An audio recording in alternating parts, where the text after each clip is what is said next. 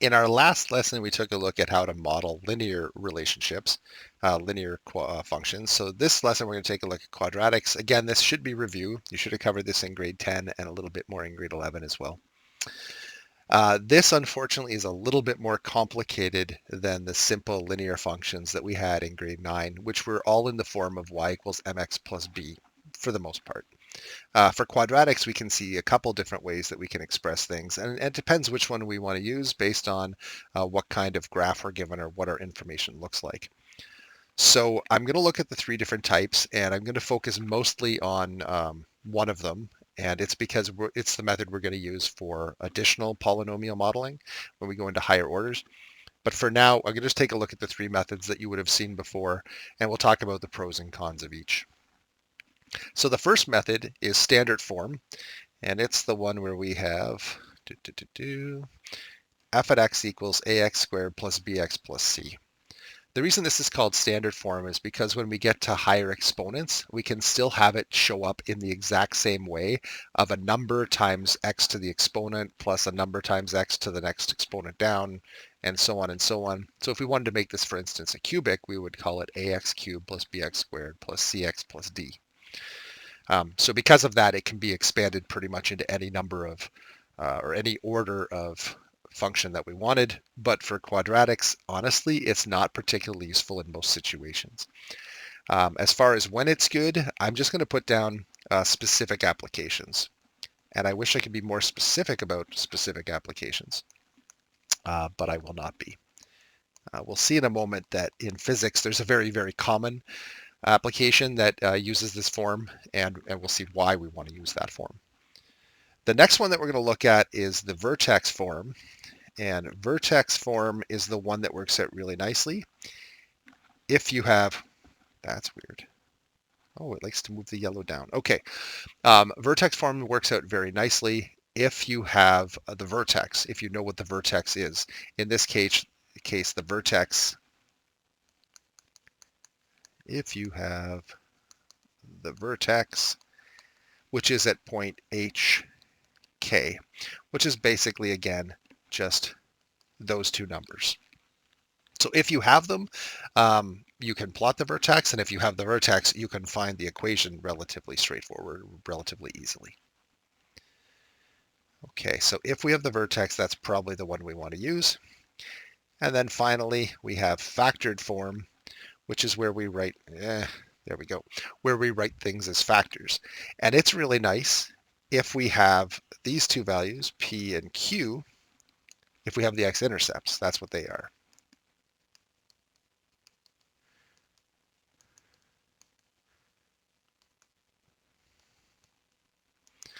So if we know the two x-intercepts, the factored form is going to be our equation of choice.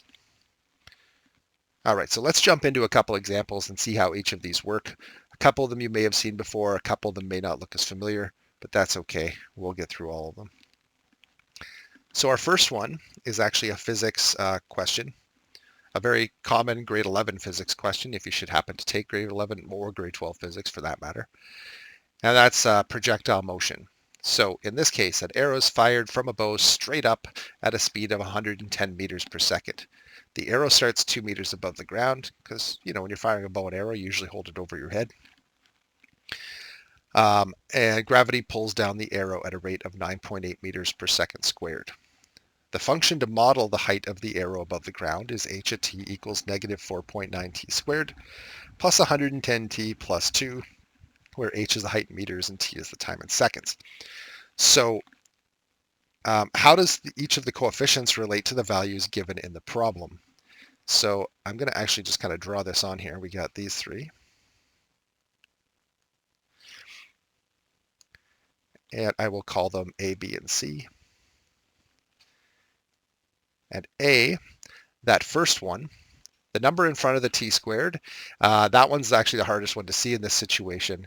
But if we check in the question, it says that gravity is pulling down at a rate of 9.8 meters per second squared. And this is,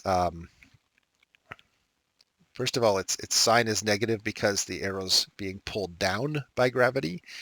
And 4.9 is half of 9.8.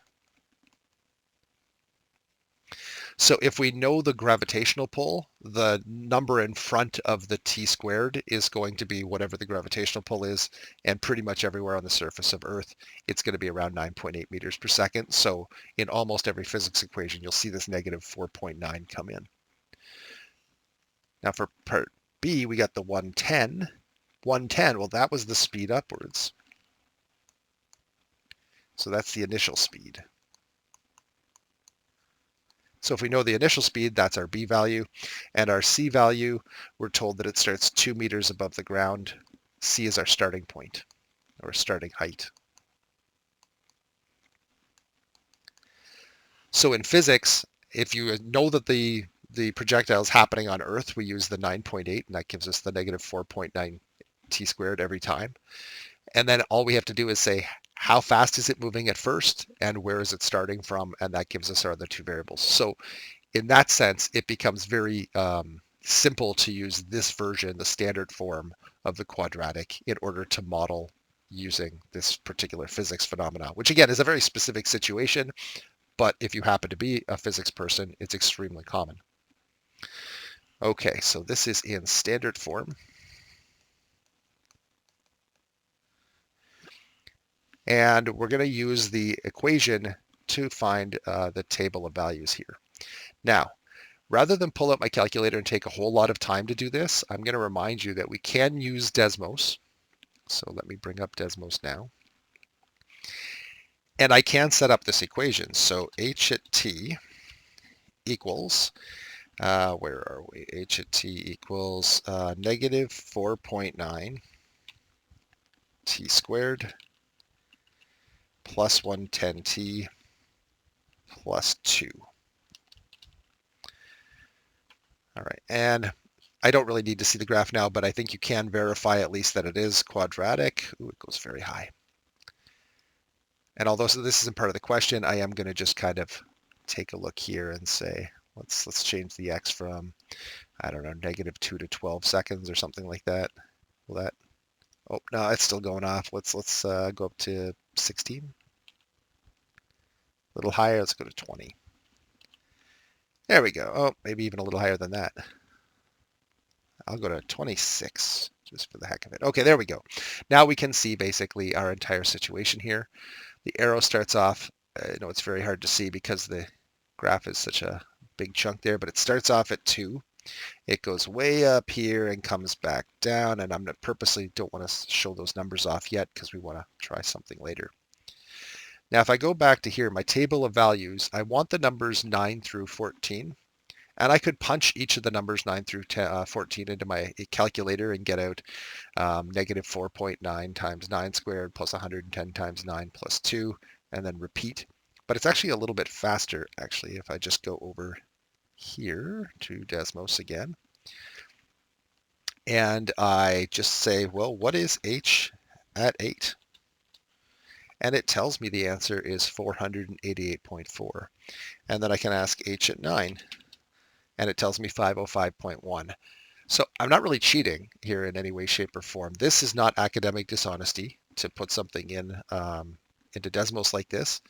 It's just basically a fast way of getting my calculator to give me a value. Instead of having to type in the full function every time and plug in the 8 in the space for the t squared and the t, I'm just getting Desmos to do that calculation. So this is basically just using a calculator.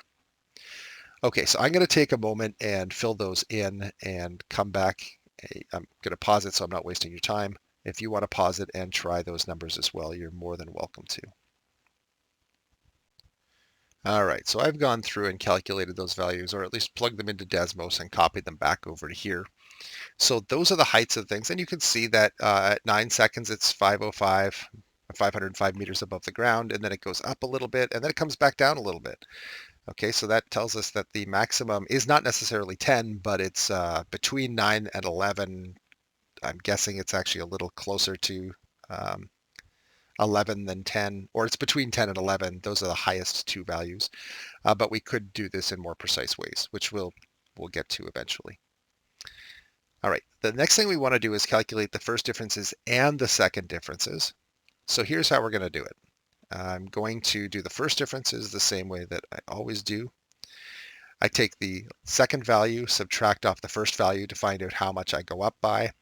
512.1 minus 505.1 is 6.9. And then I'll do the same thing here. 509.1 minus 512, so I actually went down 2.9, negative 2.9. And then I'm going to do the same thing and just finish those off while while I'm paused so you don't have to watch me do the whole thing. Okay, so there we have our first differences. Now, in order to do second differences, we do the same thing again, but we do it on the first differences instead of the original numbers.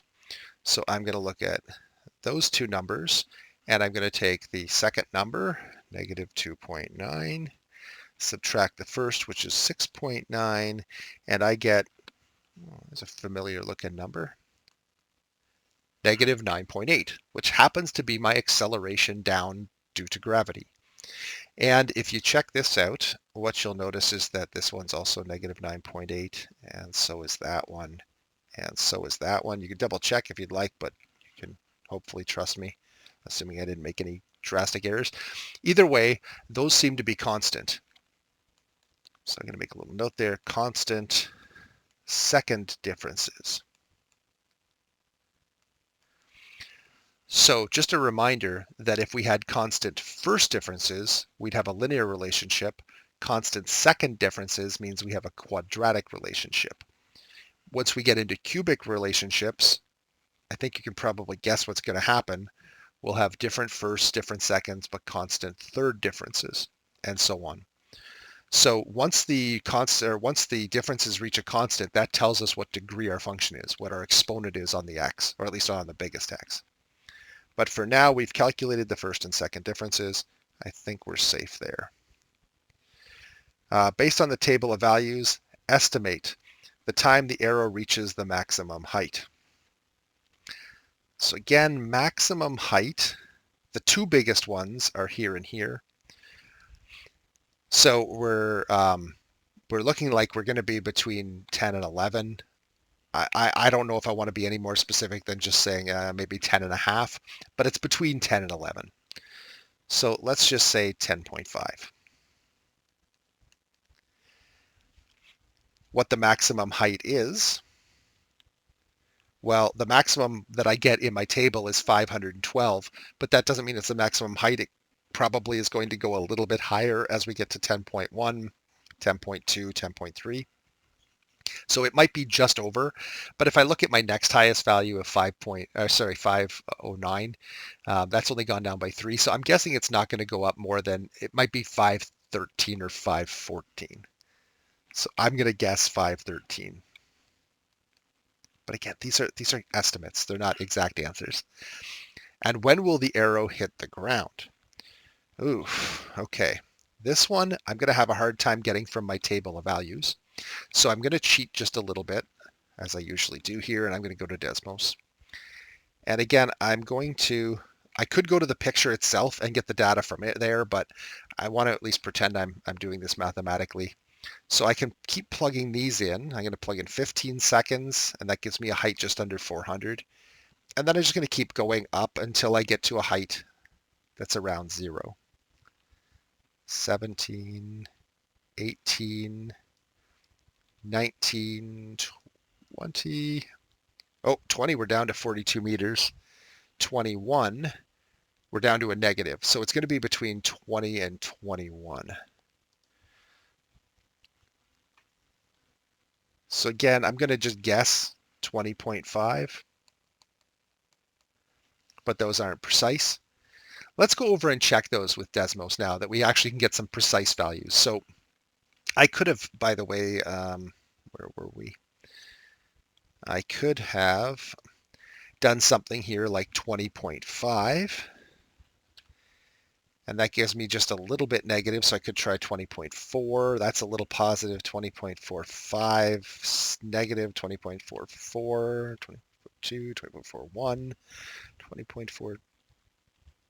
20.422, 23, 24, 25. I could basically keep doing this by trial and error until I get down to something that's so ridiculously close that it should work. Okay, that's pretty, something like that. Okay, so either way, I could do that, or I could just go over to my graph and click on the red line, and you'll notice again those little gray things show up. So the precise answer is 20.42814. Well, I should say precise up to the number of decimal places that it's expressing. There would be more decimal places there, but that's the time at which it hits the ground. Now, as far as the maximum goes, another gray dot up here, it says it's going to reach its maximum at 10.2 seconds, 10.20408, whatever. So we were a little off by our 10.5 guess, but that's okay. And likewise, we guessed a maximum height of around 513. We knew it was bigger than 512, and it's actually only a little bit bigger, 512.2. So once we have the graph from the function, Desmos will give us all the values here that we need, so we can use those. You could also get them by trial and error if you just plugged in numbers until the right answer came out. Okay, so I think we're done with that equation. We've come up with our values. Again, we based them on numbers that we plugged in algebraically. And even though I used Desmos as my calculator, I could have done it with a regular calculator. It just would have taken a little longer. But we could get the exact values if we had access to Desmos and we could look at the graph. Okay, so that's standard form type application. And again, it's very specific, the situations where you'd want to use it. But in those situations, it's extremely useful. More useful to us in general is probably the vertex form and the factored form. So vertex form is useful in general for parabolas or for quadratics. Factored form is useful for actually every kind of polynomial. So that's the one that we're probably going to focus on. But for this one, let's just see if we can get a nice easy graph here. Okay, so this one wants us to sketch the graph on the grid, and all it tells us is that the vertex is located at the point 312. So I'm going to put a dot there. 312 is right about there. And that it has a y-intercept of 5. So it's going to cross the y-axis there. Now, is that enough to sketch a graph? Well, it is when we know that the second point or the top point is the vertex. And I know that for a parabola, there's some symmetry along this line here, which means that if it goes basically down on this side, then it's going to go down by the same amount on that side.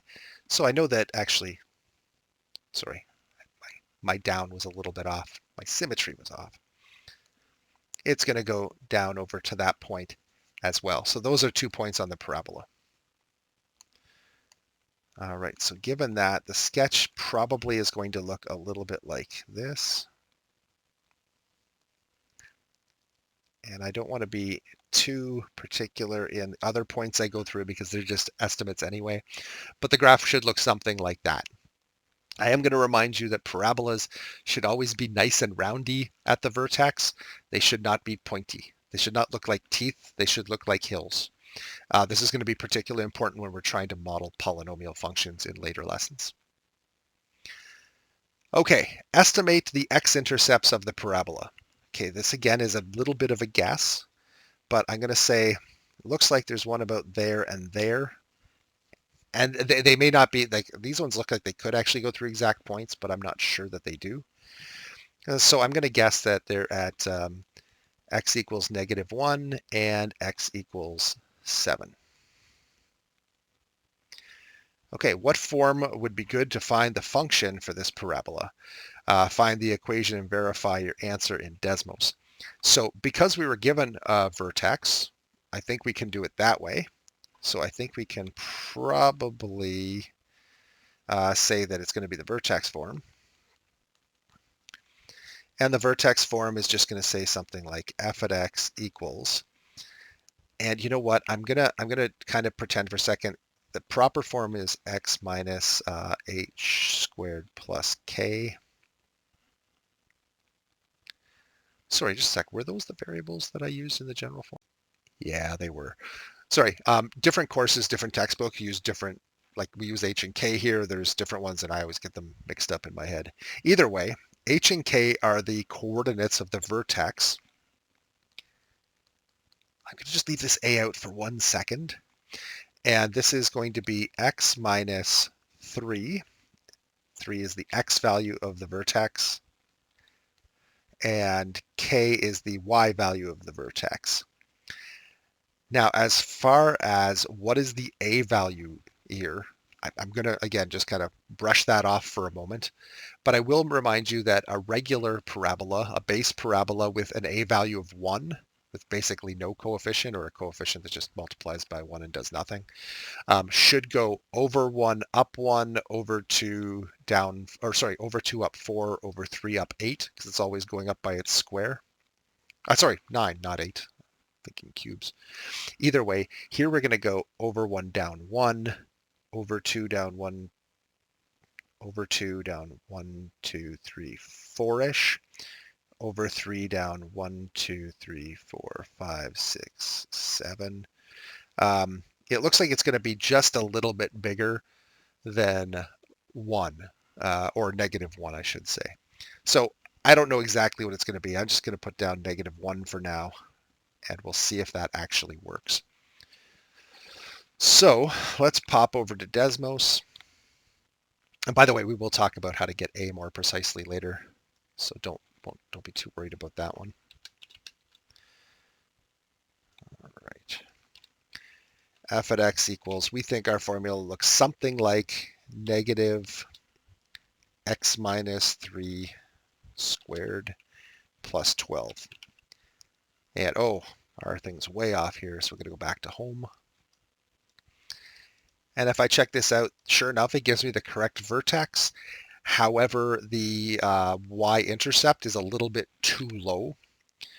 So I'm going to point out that it should go over 3, down 1, 2, 3, 4, 5, 6, 7, but it's going down 9. We only want it to go down 7/9 as far, so I'd be willing to bet if I put 7/9 there, that would actually work really nicely.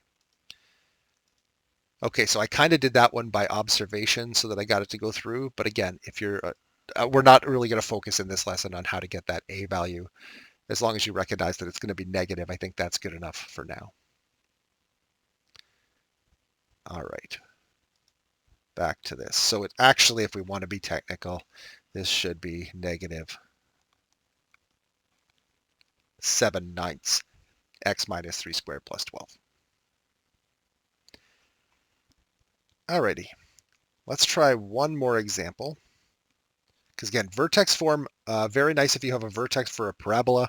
However, not particularly useful if you're working with anything that isn't a parabola. So when you're working with a cubic or a quartic or any higher degree polynomial function. But this one will be. So here we're told that a parabola has x-intercepts of negative 3 and 8. So I've got an x-intercept at negative 3. Actually, I'm going to do those in red. Negative 3 and 8. And we're told that it has a y-intercept of 7. So it's there. Now here's something else that I know that isn't explicitly listed in the question, but it's basically how x-intercepts on quadratics work. While I don't know the coordinates of the vertex from the information I've given, I know that the maximum, or sorry, that the vertex itself will be halfway between those two x-intercepts. And halfway between negative 3 and 7 is 2. So that's 5 above negative 3 and 5 below 7. So the y-intercept is going to be somewhere along there. The vertex is going to be somewhere along there. And I'm just going to kind of guess that it's going to be up in this neighborhood somewhere, but I don't know that that's correct. But I do know that there should be some symmetry there. So the parabola will look something like that. But again, our x-intercept is going to be, our vertex coordinate is going to be just a little bit off. So I'm going to estimate my vertex at 3.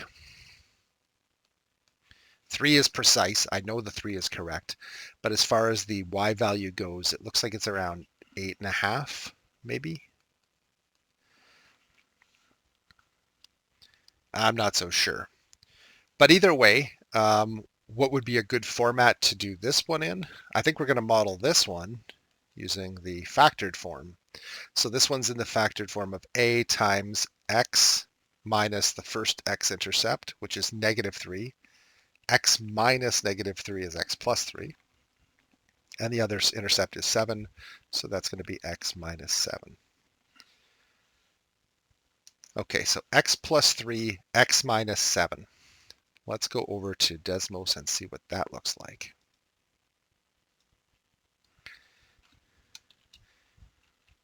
Get rid of all this extra stuff. X minus 3, x plus 3, x minus 7. All right, that doesn't really look quite correct. The first thing I'm going to notice is that it's upside down. So I know my a value, the starting number's got to be a negative. That's looking a little bit better. However, I want the vertex to go through, or sorry, the y-intercept to be 7 it is. So let's see if we can use that. Okay, switching over here. We want it to be 7, but right now it's way up there at 21.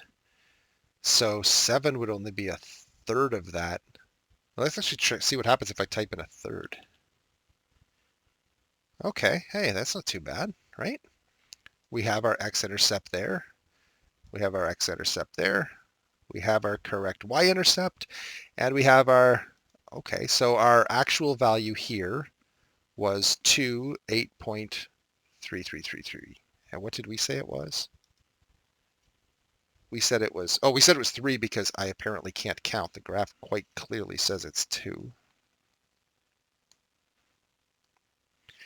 And it's not 8.3 repeating, it's 8.5. So, okay, so that's there. Again, this one we solved by observation. We'll talk more about how to solve the a value more precisely later. But there's our formula or our model for our parabola that was described in the question. Not too bad. So once we have the x-intercepts, that gives us 2 of the values very easily. The slightly harder value to find is a. Again, we'll focus on that later. Okay, so we've taken a look at modeling in standard form, kind of weird. Modeling in vector form, relatively easy except for that a part. And here we model in factored form, relatively easy except for that a part. Now, some of you are thinking, I can do the a by observation really easily. That's fantastic. If that's the case, then by all means do so. If not, we'll see in I don't think it's the next lesson, I think it's the one after that, but we'll see shortly how to find that a value nicely. All right, so there's some practice problems here. There's a few tables of values that you're going to find basically first and second differences to find out if these are linear, quadratic, or neither. And then there's a few graphs here that you can try to model based on the information that you can see. So you'll notice in 2a, I specifically didn't show you the vertex so that you have to use a specific form. In part B, you'll notice that that graph actually has no x-intercepts, so you're going to have to use a specific form. Anyway, you're going to try and model those and put them together. If you need Desmos to verify that you're doing it correctly, by all means, that's the way you should check your answers. If your formula is right, if your model is right, then it should produce the graph in the picture. Give those a shot. Check your answers. If you're getting them right, fantastic. If you're getting them wrong and you can't figure out what you're doing wrong, by all means, feel free to contact me. Otherwise, we will see you in the next lesson.